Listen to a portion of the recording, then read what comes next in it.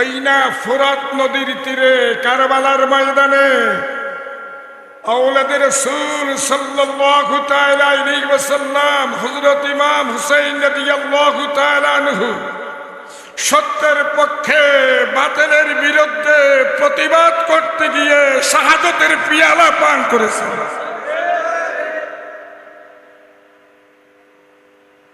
বাতিল কে ছিল? বাতিল ছিল ইয়াজিদ। সবাই মুখ খুলে বলুন, কি? কে?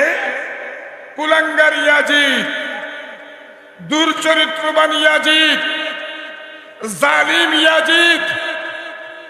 সে ছিল আওলাদের রাসূলের বিপক্ষে। বিশেষ করে আরবি মাসের হিসাব জানা হলো ফরজে কিফায়া। সবাই জবান খুলে বলুন, কি? ফরজে কিফায়া। আরবি মাসের যে হিসাব গণনা করা বা জানা, এটা হলো ফরজে কিফায়া।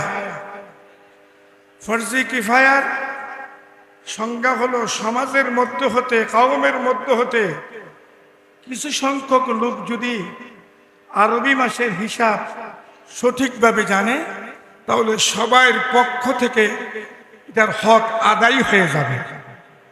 যেমন সালাতে জানাজা আদায় করা হলো ফরজে কিফায়া। এর মধ্যে কওমের মধ্যে হতে কিছু সংখ্যক লোক যদি সেখানে অংশগ্রহণ করে, তাহলে সবার পক্ষ থেকে হক আদায় হয়ে যায়।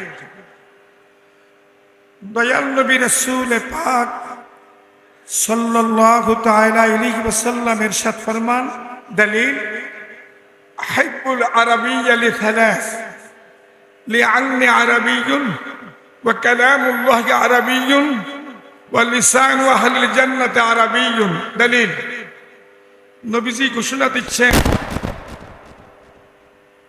আহিব্বুল আরাবিয়্যা লিথালাস, তোমরা তিনটি কারণে আরবি ভাষাকে ভালোবাসিও। কেননা আমি রাসূলুল্লাহ হলাম আরবি, আল্লাহর কালাম হলো আরবি, জান্নাতবাসীদের ভাষা হলো আরবি।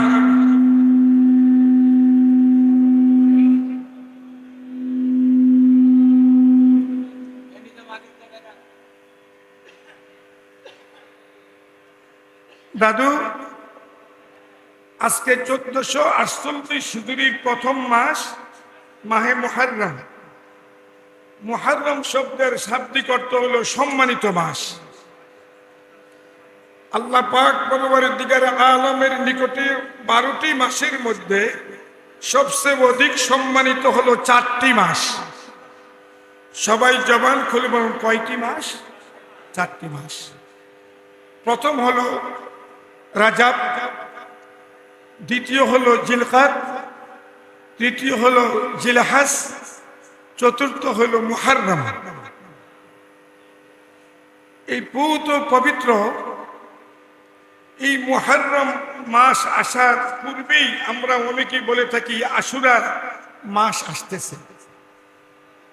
সোহাদায়ে কারবালাদের স্মরণে আশুরার মাহফিল আসতেছে, ঠিক না বেঠে? দাদু, এখানে উল্লেখযোগ্য 10টি ঘটনা ঘটেছিল অতীতে। আফসোস, ইদানিং কালে অনেকেই অতীতের যে 10টি ঘটনা ঘটেছিল, এই জন্য যে 10 আশুরা নামকরণ করা হয়েছে, তারা এটা অস্বীকার করে।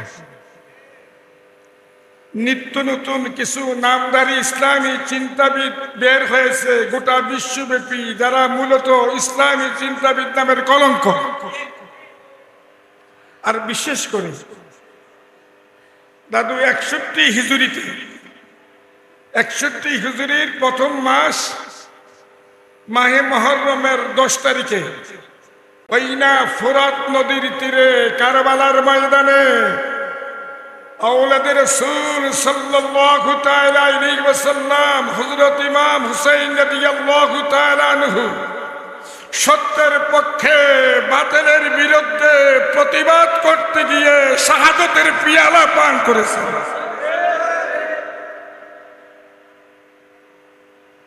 বাতিল কে ছিল? বাতিল ছিল ইয়াজিদ। সবাই মুখ খুলে বলুন, কি? কে?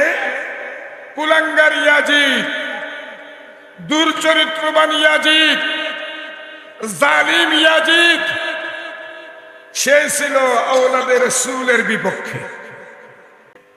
এই ইয়াজিদের প্রধান সেনাপতির নাম ছিল উবাইদুল্লাহ ইবনে জিয়াদ। কারবালার প্রান্তরে আওলাদে রাসূলের খেদমতে একটা প্রস্তাব এসেছিল,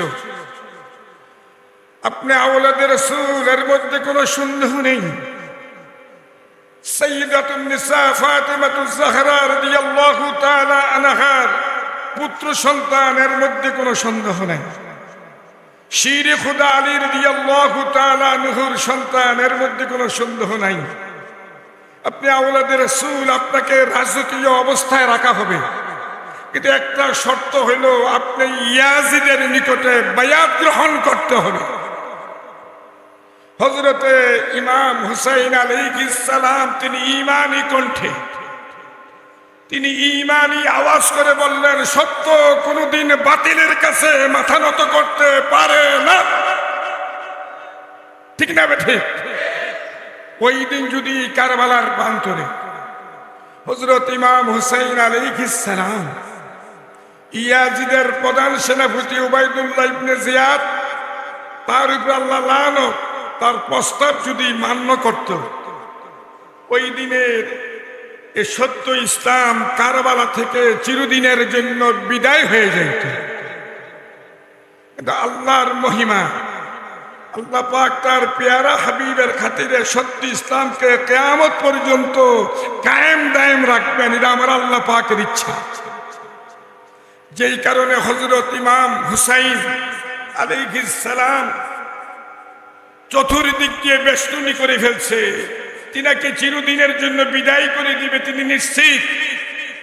এরপরেও তিনি বাতিলদের কাছে, ইয়াজিদ বাহিনীর কাছে আত্মসমর্পণ করেন নাই।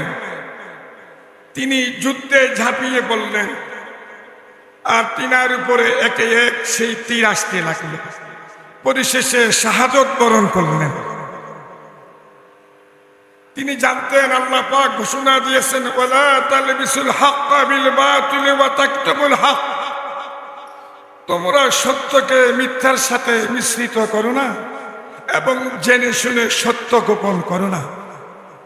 দাদু হযরত ইমাম হুসাইন আলাইহিস সালাম কে, তিনার আসল পরিচয় কি জানার দরকার আছে কিনা? দাদু গভীর মনোযোগ। দয়াল নবী রাসূল পাক সাল্লাল্লাহু তাআলা আলাইহি ওয়াসাল্লাম একদিন হযরত আলী রাদিয়াল্লাহু তাআলা আনহুকে ডাকলেন।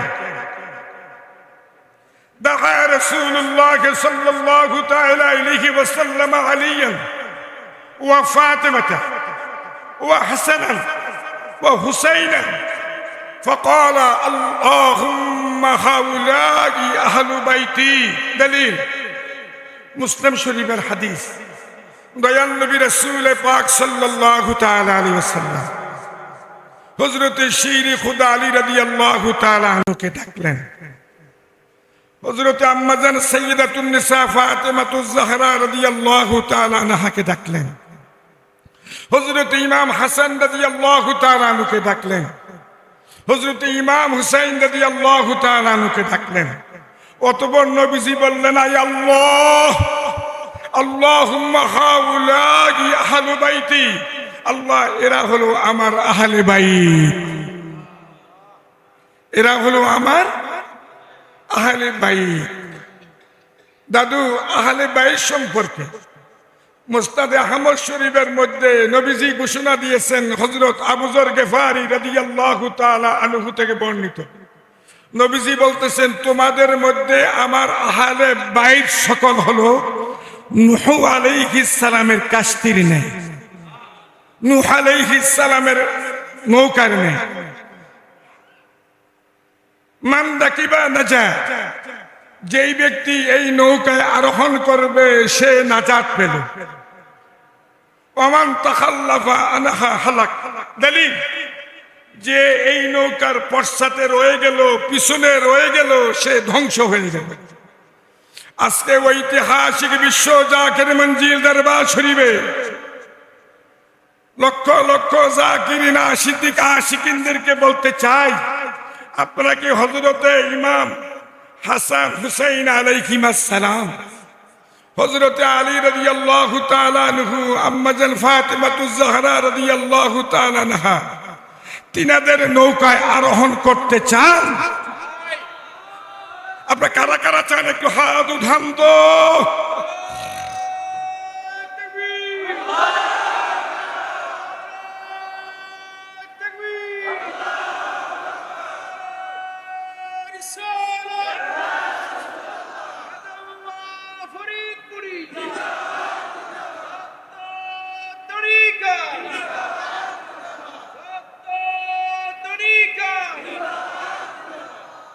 সবাই আওয়াজ করে বলবো আলহামদুলিল্লাহ। আবারও বলছি, আপনারা কি ইয়াজিদের নৌকায় উঠতে চান না আওলাদের রাসূলদের নৌকায় উঠতে চান? আবারও বলছি, আপনারা কি আহলে বাইতের নৌকায় উঠতে চান না ইয়াজিদের নৌকায় উঠতে চান? আহলে বাইতের নৌকায় কারা কারা উঠতে চান তো হাত উঠিয়ে দেখান তো। সবাই আওয়াজ করে বলুন আমিন। আওয়াজটা একটু বাড়িয়ে দেন, মসজিদের আওয়াজটা একদম বোঝাই যাচ্ছে না। আপনারা ওইখানে কারিগরি করতেছেন কোনো? অনেক কারিগর আছে, আমি জানি, কেবলা জান হুজুরের জমানাও ছিল, ঠিক না? কারিগর আছে কিছু, মাইকে হাত দেয়। শুধু তাহের সাহেব যে ছিল, তাহের ভাই, এই গোটা দরবার শরীফে, উরুস শরীফে যে শত শত মাইক ছিল, এই তাহের ভাইয়ের সময় খরিদ ছিল, তিনি তিনার পক্ষ থেকে কিছু সদস্য নিয়োগ করে যাইত কেবলা জান হুজুরের হুকুমে। 24 ঘন্টা মাইক একে আওয়াজে চলতে থাকতো। এই তাহের সাহেবেরও বর্তমানে ইদানিং দেখা গেছে অনেক সময় মঞ্চের মাইক, যিনি কথা বলেন তার কানে আওয়াজ আসে না, কিন্তু চতুর্দিকে আওয়াজ আছে। এদিকে খেয়াল করুন, মাইকের প্রতি একটু খেয়াল করা আপনাদের নৈতিক দায়িত্ব। যেহেতু দরবার শরীফের খেদমতে আছেন, আল্লাহ যেন আপনাদের খেদমত কবুল করি। আমি আপনাদের দোষারোপ করছি না, আপনাদেরকে আমি এই যে সচেতন থাকার জন্য আহ্বান করছি। আর ছোট হলে আমি খবরদারি করার অধিকার আছে। দাদু, আমি বলতেছিলাম হযরত ইমাম হাসান হুসাইন রাদিয়াল্লাহু তাআলা আনহুমা, তিনাদের আসল আরেকটি পরিচয় আছে। নবীজি ঘোষণা দিচ্ছেন, তিরমিজি শরীফের হাদিস, আল হাসান ওয়াল হুসাইন সাইয়্যিদা শাবাবি আহলিল জান্নাহ। হযরত ইমাম হাসান হুসাইন রাদিয়াল্লাহু তাআলা আনহুমা হলো জান্নাতের যুবকদের সরদার। জাদু, কোন বৃদ্ধ লোক কি জান্নাতে যাবে? সবাই বলুন, কোন বৃদ্ধ লোক কি জান্নাতে যাবে? মুখ খুলে বলুন, কোন বৃদ্ধা মহিলা কি জান্নাতে যাবে? আমার নবী পাক হলেন সাকিয়ে কাউসার। দয়াল নবীজি যার মুখের মধ্যে কাউসারের শরবত পানি রাখবে, সে পুরুষ হলে 32 বছরের যুবকের মতো হয়ে যাবে, আর মহিলা হলে 16 বছরের যুবতীর ন্যায় হয়ে যাবে। এক কথা, যুবক যুবতী হয়ে যাবে। তারা কখনো বৃদ্ধ বৃদ্ধা হবে না, তাদের কখনো পানির পিপাসা হবে না। তো হযরত ইমাম হাসান হুসাইন আলাইহিস সালাম, যিনারা জান্নাতের যুবকদের সরদার, এটা দয়াল নবীজির ঘোষণা। এর মধ্যে কোনো সন্দেহ আছে? তো ইমাম হাসান হুসাইনের সাথে যাদের আত্মিক প্রেম থাকবে না, যাদের আত্মিক সুসম্পর্ক থাকবে না, তারা তো হযরতে ইমাম হাসান হুসাইনের সাথে জান্নাতে থাকতে পারে না। সরদারের সাথে যদি, যারা সরদারের অধীনস্থ, তাদের আত্মিক প্রেম না থাকে, সুসম্পর্ক না থাকে, তারা জায়গা মতো পৌঁছতে পারে না। আমাদের আহলুস সুন্নাত ওয়াল জামাতের আকীদা হলো, আহলে বাইতদেরকে ভালোবাসা হলো ঈমান। আল্লাহ পাক ঘোষণা দিচ্ছেন, আউযু বিল্লাহি মিনাশ শাইতানির রাজীম, বিসমিল্লাহির রহমানির রহিম, কুল লা আসআলুকুম আলাইহি আজরা ইল্লাল মাওয়াদ্দাতা ফিল কুরবা। হাবিব বলে দিন, অর্থাৎ আপনি বিশ্ববাসীকে বলে দিন, আমি তোমাদের কাছে কোনো কিছুর বিনিময় চাই না। আমি যে ইসলামের জন্য এত অগাধ শ্রম দিয়ে যাচ্ছি, এর কোনো বিনিময় চাই না। আপনি বলে দিন আমি একটা বিনিময় চাই, জাবিউল কুরবা, বিশেষ করে যারা আমার নিকটাত্মীয় আপনজন, তাদেরকে ভালোবাসা। ইল্লাল মাওয়াদ্দাতা ফিল কুরবা, আমি শুধুমাত্র আমার নিকটাত্মীয় নিকটতম লোকদের ভালোবাসা চাই। আপনি বলে দিন এটা কার ঘোষণা? আল্লাহর ঘোষণা। আর আহলে বাইত সকল কি পবিত্র না অপবিত্র? আওয়াজ করে বলেন পবিত্র না অপবিত্র? কারা কারা বিশ্বাস করেন একটু হাত উঠান তো।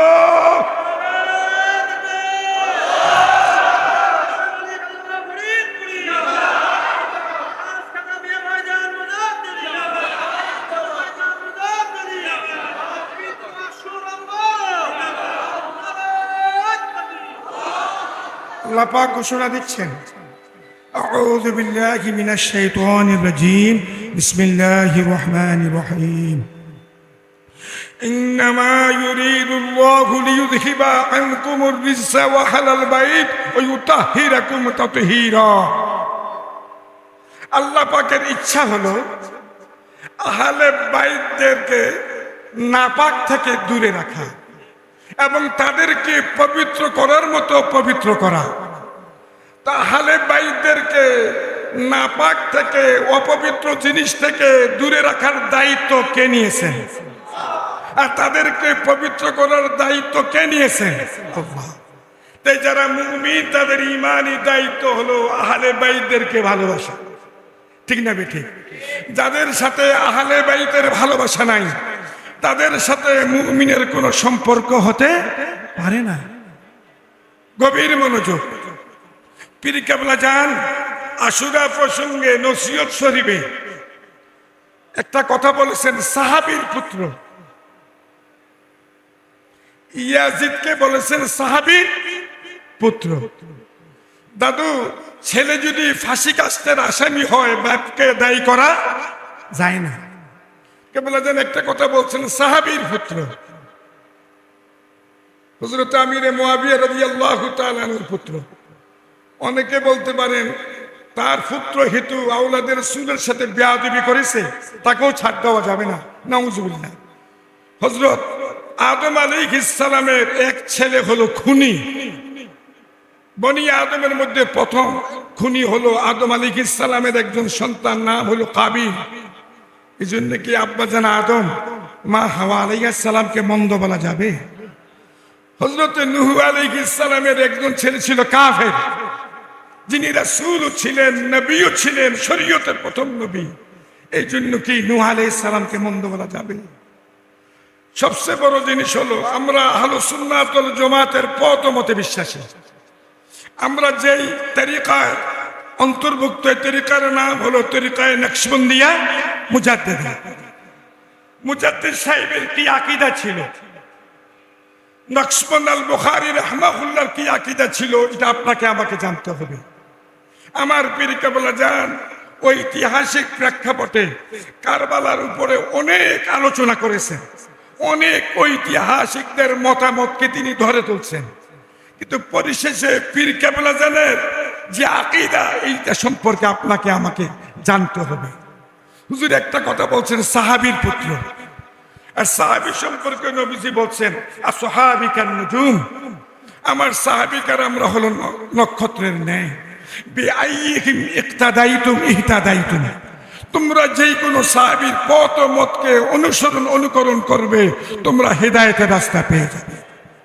আমাদের এই তরিকায়ে নকশবন্দিয়া মুজাদ্দিদিয়া তরিকার ইমামগণ এবং চিশতিয়া কাদরিয়া তরিকার ইমামগণ, তিনারা সাধারণ দুনিয়ার ইমাম ছিলেন না, সাধারণ মসজিদের ইমাম ছিলেন না, তারা বিশ্বজাহানের সুন্নি তরিকতপন্থীদের ইমাম ছিলেন। তারা ইলমে শরিয়ত, ইলমে তরিকত, ইলমে হাকিকত, ইলমে মারফতের দিক দিয়ে আল্লাহ পাক তাদেরকে পরিপূর্ণতা দান করেছিলেন। এখন যদি দায়ের সে যদি আসার বড় হয়ে যায়, সেখানে সমস্যা দেখা দেয়। আমাদের একটাই কথা, আহলে বাইতদেরকে ভালোবাসা ঈমান, আহলে বাইতদের প্রতি যথাযথ সম্মান প্রদর্শন করা ঈমান। আর আহলে বাইতের যারা দুশমন তাদের সাথে মুমিনের সুসম্পর্ক থাকতে পারে না, ঠিক না ঠিক? এই আমি গুনাহগার বলে মাইকের এই যে মসজিদের ভিতরে আওয়াজটা এটা ভালো করে বোঝা যাচ্ছে না। তো দাদু, আমি বিদায়ের পাককালে এই আশুরার রাতে সোহাদা কারবালাদের স্মরণের রাতে এই বিশ্ব জাকের মঞ্জিল দরবার শরীফে দাঁড়িয়ে একটা কথাই বলবো, আমরা সমস্ত সুন্নি তরিকতপন্থীরা কাঁধে কাঁধ মিলিয়ে চলব। আমরা ভাই ভাই আত্মার সাথে আত্মিক সুসম্পর্ক বজায় রেখে চলব। ওহাবি মতবাদ, খারিজি মতবাদ, ইয়াজি মতবাদে যারা বিশ্বাসী, যারা ইয়াজিদের প্রশংসায় যারা মশগুল, তারা সব এক হয়ে গেছে, ঠিক না ঠিক? এই দুঃসময় আমাদের ঐক্যের প্রয়োজন আছে কিনা? কারা কারা ঐক্য চান মুমিন মুসলমানদের মধ্যে একটু হাত উঠান তো। তাই কেবলা জান বলতেন, একতারে বলে হও সবে বলিয়ান, আকাশে উড়িবে তব বিজয় নিশান। অনেক লম্বা সময় নিয়ে গেলাম। ওয়া আখিরু দাওয়ানা আনিল হামদুলিল্লাহি রাব্বিল আলামিন।